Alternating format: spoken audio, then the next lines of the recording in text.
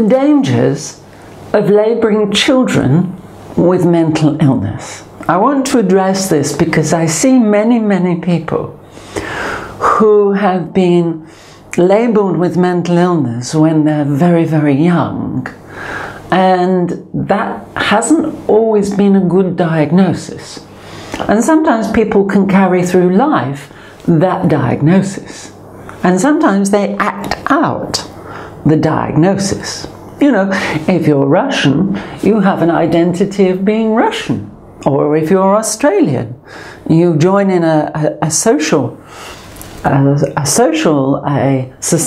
concept of what an Australian is.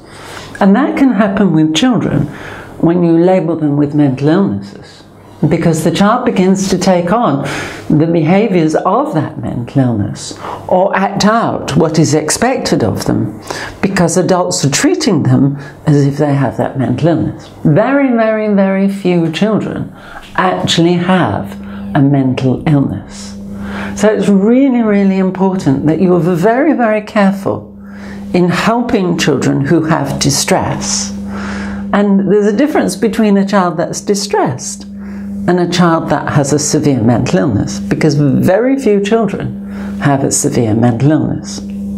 And often, in order to manage children easily, adults will label children with mental illnesses, but it does not serve the child well in many cases.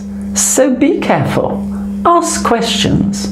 Ask questions again and again, and ask if there's other alternatives of how to help your child other than labeling them. Perhaps there are behavioral programs, educational programs that can help your child go forward in a way that's right for them. Forward in a way that's right for them, rather than them running around for many years not growing as a person, but suffering from a label that was never really appropriate for them.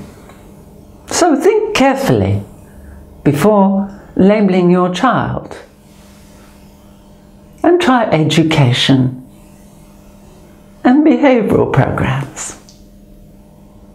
Take care. See you later.